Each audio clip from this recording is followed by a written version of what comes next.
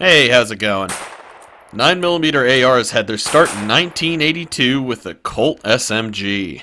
This was a straight blowback operated 9mm carbine with a 10.5-inch barrel that used to use what were essentially Uzi magazines.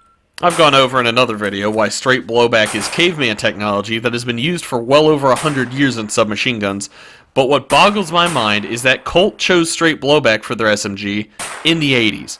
Since its release in 1964, the MP5 was the gold standard for a pistol caliber carbine / submachine gun due to its innovative at the time roller delayed blowback system. Colt said, nah, we're keeping it simple in this bitch, and immediately began offering their Colt SMG to law enforcement and militaries. And wouldn't you know, they bought them. Part of that choice was likely due to the improved ergonomics offered by the AR platform over the MP5, especially for the military whose soldiers were issued M16s. Going from an AR platform rifle in 5.56 to an AR platform rifle in 9mm takes very little training to get used to. Best part of this whole story? Colt still sells the SMG to law enforcement and militaries, despite the market today making it obsolescent for real-world applications. But they are still cool as hell, and a lot of people want an AR 9mm, known colloquially as an AR9. One of the issues, though, you'll run into if you're putting an AR9 together is that the parts are not nearly as standardized as the AR-15 or even the LR308/AR-10 platform. This is where the badass motherfucker Doug from blowback9.com comes in. His website is a godsend if you're trying to put an AR9 together, and I highly recommend you check it out. I did a review on his gentle recoil system, which I'll go over briefly in this video, but for more details on that, check out my video, and for the AR9 in general, Doug's website. He also recently did a video version of his article on the gentle recoil system, so I will link that video in the description. So, I'll be going over my build as a whole, my parts choices and issues I've had, and what better place to start than from the ground up. This is a Glock magazine lower that has a bolt hold open mechanism that is absent on a lot of 9mm lowers on the market. I guess this is a good time to go over why I chose Glock magazines over a Colt magazine lower like the original Colt SMG. I'll be real, the main reason was because I already had some Glock magazines, but there are other reasons as well. Glock magazines tend to be cheaper than Colt mags and lighter as well. That being said, the cons are lowers using Glock mags need a specialized magazine button, or lever in this case, and a different bolt hold open function. And the bolt hold open function is where my issue lies with this lower. The magazine button works great, and the lower itself has worked fantastic for everything except the bolt drop. At first when I got it, the bolt hold was floppy, like it had hardly any spring tension on it at all.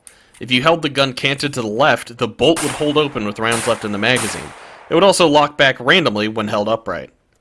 I contacted Foxtrot Mike and they sent me a new plunger and spring free of charge, which was awesome. I disassembled the lower to replace my current parts and noticed an issue. Somehow the hole the plunger fits into was smaller than the plunger itself and would not let the plunger or spring out no matter how hard I smacked it. Alright, here you can see the exposed plunger there. My phone doesn't want to focus, but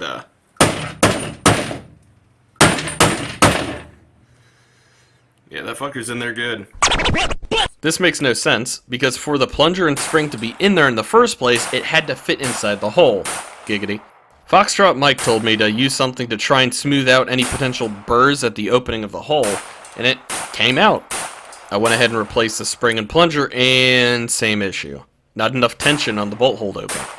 At this point, I'm confused and decide to use some redneck gunsmithing. I cut about 1/4 length off the old spring and placed it in conjunction with the full spring, and that seemed to solve the problem with the bolt locking back when it shouldn't, but now the bolt won't lock back half the time when it should. This is especially a problem when the gun gets dirty, and since this is direct blowback, it gets dirty quick, especially suppressed. That's currently how I have the lower because, I'll be honest, I'm too lazy to send the lower in to get worked on despite Foxtrot Mike offering an inspection free of charge, and I'd rather have it fail to lock back instead of locking back when it shouldn't. Dudes are still running AKs and MP5s without a bolt hold open, and seem to still be proficient and get along just fine. So for those reasons, I can't bash this lower too much, and I'd still recommend it, but bolt hold open mechanisms on Glock mag lowers are finicky in general. I'll probably set it in at some point when I stop forgoring. Alright, enough about this fucking lower. On to the upper. The upper is an Aero Precision upper without a forward assist. A forward assist is useless on an AR9 since there are no cuts in the bolt to interface with the forward assist. In hindsight, I could have used a cheaper upper for the same result, but the arrow is what I had on hand at the time. The bolt is a Foxtrot Mike FM9 bolt and has been flawless. A nice touch of the bolt is that it retains the bottom feed lug that helps prevent out-of-battery detonations, unlike the Arrow EPC bolt. Doug has a great synopsis on what this exactly means if you're interested, but the short of it is, this bolt is good. The barrel is an Aero Precision EPC barrel 5.5 inch. Good barrel. The barrel has the enhanced feed cone that solves most feeding issues AR9s can experience. The original Colt SMG feed cone is pretty small and doesn't like to feed flat nose or hollow point projectiles well. I also added a 1-inch Caw Valley Precision barrel extension because otherwise my handguard would get in the way of adding a suppressor to the gun. Speaking of which, the handguard is a 5.5-inch KAK Super Slim Free Float M-Lock handguard. Holy shit, that's a mouthful. I actually really like this handguard. It mounts directly into a barrel nut and collar system, which all but guarantees that this handguard is never fucking moving if properly installed. But I have had some serious issues with the screws included. These screws tripped out after being threaded twice, and getting replacements from KAK is nigh impossible. I've been waiting for replacements from KAK for 5.5 months now, and I haven't gotten any despite many emails asking about it. I said fuck it, and used some shitty Phillips head screws made from Chinesium pot metal, and these screws actually last longer than the ones from KAK. This is a great handguard with a fantastic mounting system, but holy shit, be prepared to buy your own screws. After some back and forth with KAK, they let me know that the screw size is M4 by 0.7, 6mm long with a pan head. So yeah, I will just go buy my own on Amazon. I probably will here soon.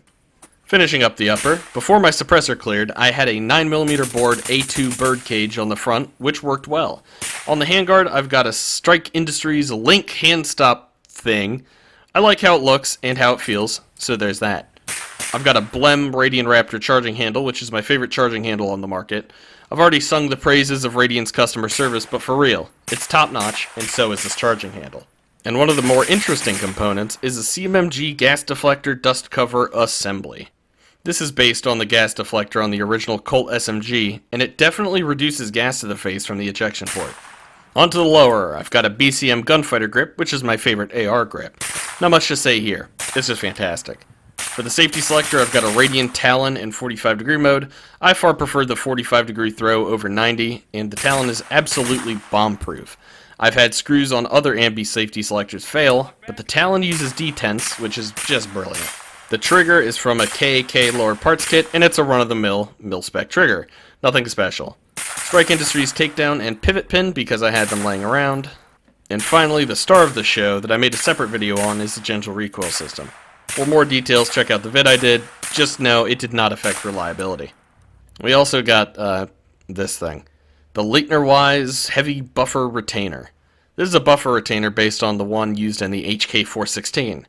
Now for normal ARs that are in spec, you don't need this, as the buffer should ever only contact the buffer retainer when you pop the upper off the lower. I have this part in here because it's an AR9 and I highly doubt anything is in spec.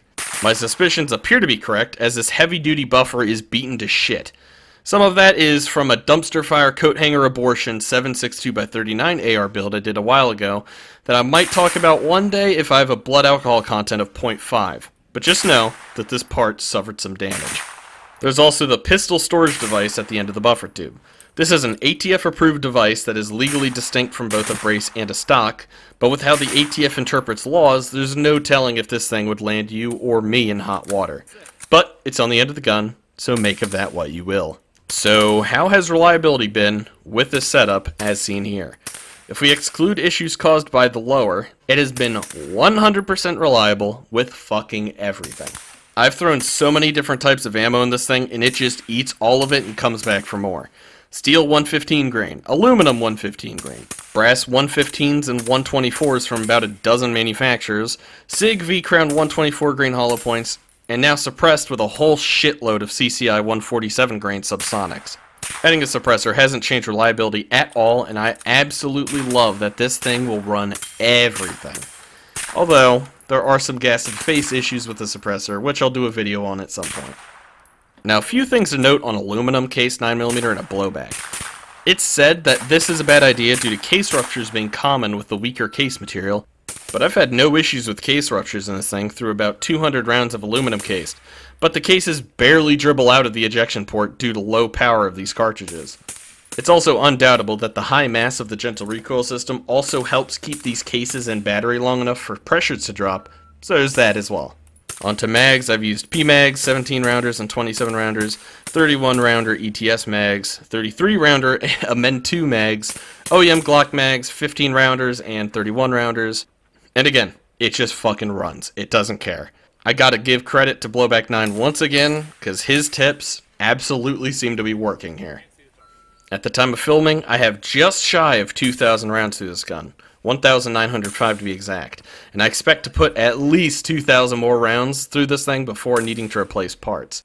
Now that my 9mm suppressor cleared as well, I'll do a video in the future about the experience of this gun suppressed, so look out for that. But in reality, it really doesn't matter what gun or caliber you're using if you fucking suck. A well-trained shooter with a Colt SMG will clap an untrained couch potato with an MPX every single time. Make sure to train and take care of yourself mentally and physically. Live your best life, kings and queens, and whatever the equivalent is for they-thems. Take care. Supers versus subs.